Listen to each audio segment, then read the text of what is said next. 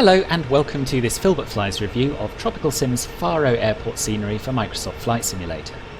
You join me on approach to runway 28 at Faro, and as always I'm starting with an approach so that you can have a look at the surrounding area and gauge the performance of the add-on on my system. You can find my system specs and my current graphics settings in the video description down below. I'll let you watch the rest of the approach and landing in peace, and I'll speak to you again once we're parked up at a gate. Then we'll take a good look around the scenery in different weather and lighting conditions, and I'll finish up by giving you my overall opinion on it.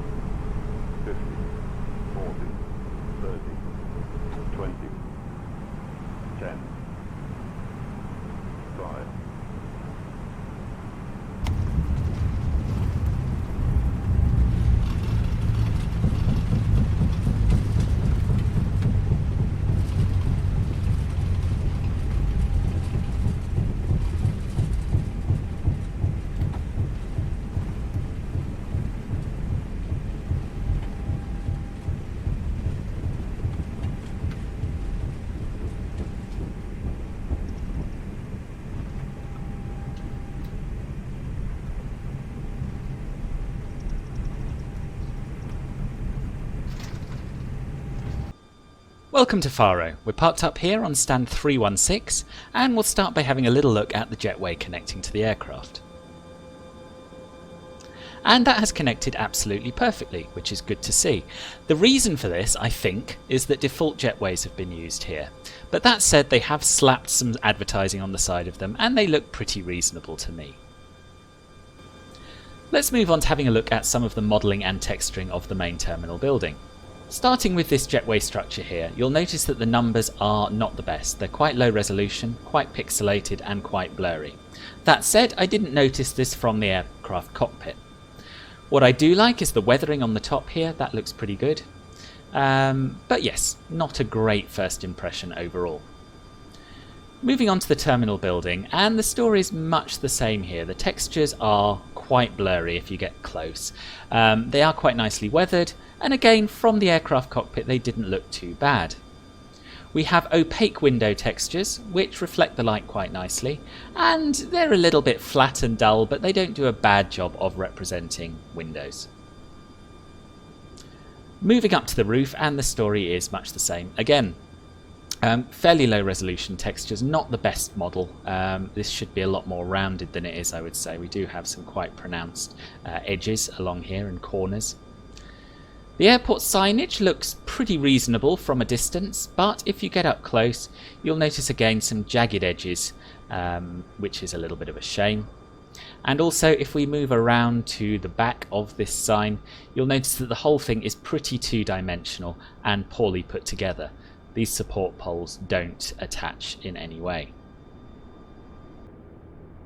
We have a fairly nice amount of detail included on the front portion of the terminal roof, and the landside area looks pretty good. You'll notice that we've got this little cafe included, we've got some palm trees, got some signage, and all in all, TropicalSim have done a pretty good job of the landside area. Away from the terminal entrance, you'll notice that we do have default ground textures, which is a little bit of a shame. But the quality of the modelling out the front here is pretty good, and I'm a particular fan of these undulating canopies. We've also got car hire places and a lot of detail included in the car parking areas.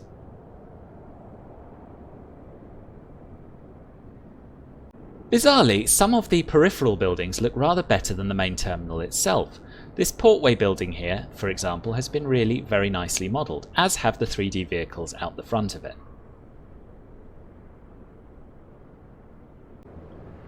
The fencing is rather too two-dimensional for my tastes, and we have vehicles driving through it, but from afar it doesn't look too bad at all.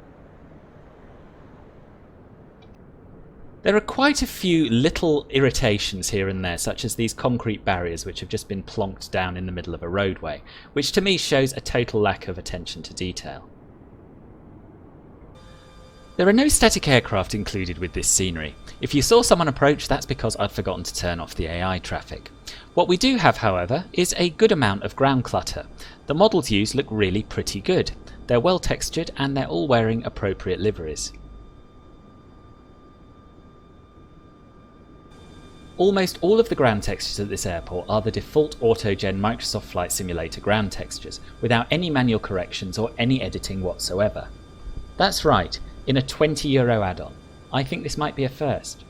So we have all of the issues that come with a stock AutoGen airport. Ghost planes from the satellite imagery.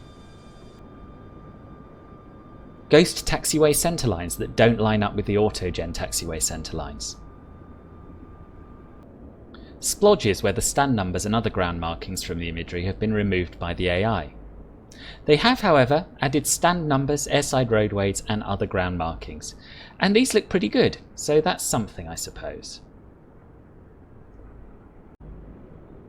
They've also done some work on the runway. It doesn't look much like the real thing, and we have the satellite imagery bleeding through, as you can see with these duplicate runway numbers, but they have at least corrected the markings, and these look pretty accurate.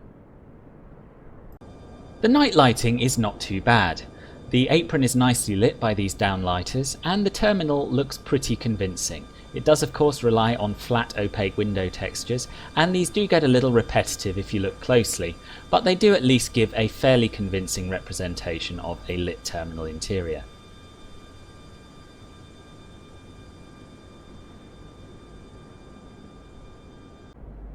The landside lighting isn't amazing. You'll notice that these street lamps don't actually cast a glow, we just have a baked in, slightly lighter ground texture, but as you're approaching in an aircraft I think this will look convincing enough.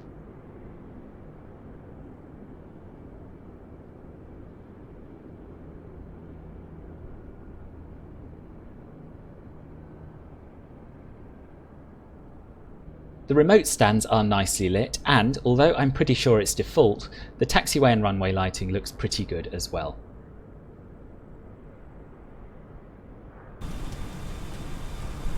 I'm showing you Faro in the rain because it's tradition, but there really isn't very much to say about it. The ground textures look like default ground textures do when they're wet.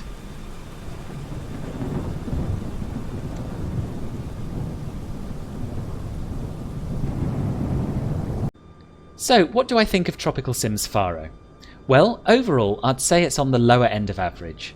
The modelling isn't too bad, although there are some jagged edges here and there are some two-dimensional bits, like the fencing and the sign on the roof, that I just don't think we should be seeing in Flight Simulator add-ons anymore.